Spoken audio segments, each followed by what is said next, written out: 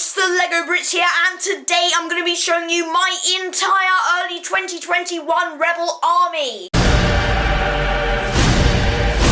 But just before we dive right into this very exciting Rebel Army video, there is one Lego minifigure that cannot be in the army. And that is right here, the Rebel A-Wing Pilot Polybag. This is an absolutely amazing polybag, and why can't this minifigure be in the army? Well, at 2,500 subscribers, I'll be giving away this, so I cannot open it, which is awful, but I will be doing a giveaway with this, and lots of other Lego Star Wars prizes. So without further ado, let's get straight on into the army. Leading the army, we have the iconic trio from the original Star Wars films, being Han, Luke, and Leia. Also minifigures, you can see Leia there is from the Tantive 4 set, which is an awesome one. You have the Farm Boy Luke minifigure. There are loads of those around, but you know what? I think it is still a very iconic figure. And the Han Solo from the Mos Eisley Cantina. Just next to the trio, we have two more very iconic Star Wars characters from the original trilogy, being Obi-Wan Kenobi in his old Ben outfit from the Mos Eisley Cantina, and Chewbacca. Just behind the iconic original trilogy characters, I have all the members of Rogue One. So Chirrut Imwe, Bodhi Rook, Baze Malbus, Jyn Erso, and Cassian Andor. So these are very cool from the Rogue One sets, and definitely hardcore members of the Rebellion. Very cool to have those in the second row there. And right next to the members of Rogue One, we have Senator Bail Organa, and he is actually an awesome exclusive minifigure from the Tantive 4 set. Very cool. Obviously leads the Rebel Alliance in the early days of the faction. In the third line of the army, we have lots and lots of classic Egghead Rebel Troopers, and these are very cool minifigures. I really love that helmet design. They do look a little bit like eggs, but still, that's just a funny thing, and they are very cool. This here is Captain Antilles, and he is a great minifigure, exclusive to the Tantive 4, just like Bail Organa.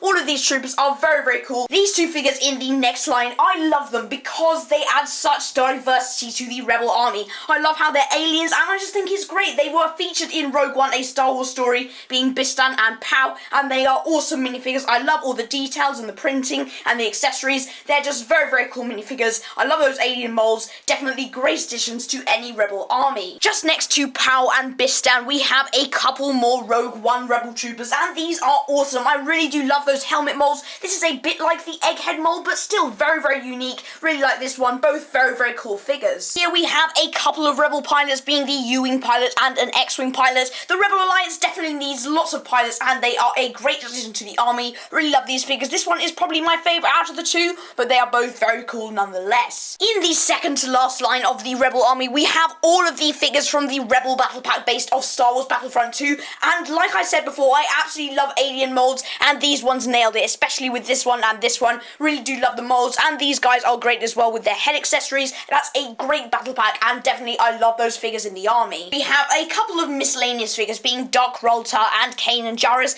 Very cool. Kanan obviously heavily featured in Star Wars Rebels, and is a leading member of the Rebel Alliance as a Jedi. Pretty cool. And Dark Roltar obviously from the Empire Strikes Back. Just like with all my army videos, we have a couple of droids at the back. You can see we have the very iconic C-3PO, R2-D2, and K-2SO, who was very heavily featured in Rogue One and became quite an iconic droid as well. And over here we just have a couple of random astromech droids, just because there are lots of astromech droids in the Rebel Alliance, and I thought they worked well. Now, while this right here is the main part of the army, I do have plenty of double minifigures of the main characters, like Luke and Han and C-3PO and R2-D2, and I'm going to show you those right now. Just here you can see my double minifigures from loads and loads of these. So we have a Hoth Luke, a couple of Ben Kenobis, and his actual 20th anniversary figure, which was very cool, a bunch of C-3POs and R2-D2s at the back, and lots of variations of Han Solo. Now, I didn't include these all in the army, number one, because there wasn't really enough space on the base plate, but number two, because I don't think two Han Solos would look nice. But here we just have the iconic characters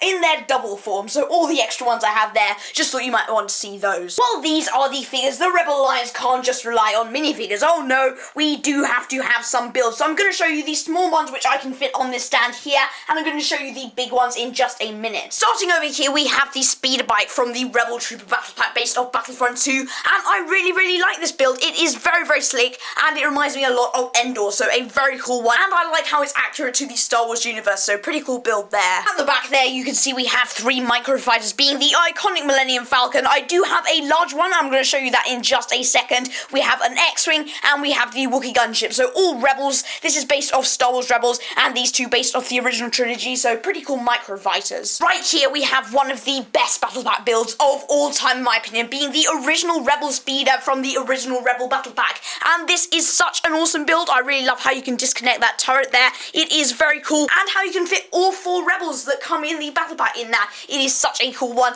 and you can just imagine it's transporting the army straight across the battlefield. Very, very cool set there. And of course, it is time to show the massive builds, which I could not fit. Some of these builds are actually larger than the stand that I actually had the army on, so yeah. So here we have the Millennium Falcon. Now this actually is the Force Awakens Millennium Falcon, but you know, who cares? It's the Millennium Falcon still. Very, very iconic. I love switching out my original trilogy characters for the sequel ones. This is such a cool set, and I feel really privileged to have this one. Bit of a smaller set here, but still very, very iconic indeed. From one of the most iconic scenes in the whole of Star Wars, in my opinion, we have the Snowspeeder. This is an awesome one. Very, very accurate. Obviously a very iconic scene as well. Moving on to a much bigger set, we have the Rebel U-Wing set based off Rogue One: A Star Wars Story, and this is an amazing set. I particularly love the play feature where you can actually open this up into its full wide position. It is awesome. I really love that element to it. It has a lot of interior space, and it is very, very cool. This here is one of my favourite all-time Lego sets. This is such a cool set. Being the Tantive 4, the size of this is absolutely incredible. There's actually a lot of interior space, and it is so, so accurate. The attention to detail with this one has just been exceptional. I love this one. Great figure selection,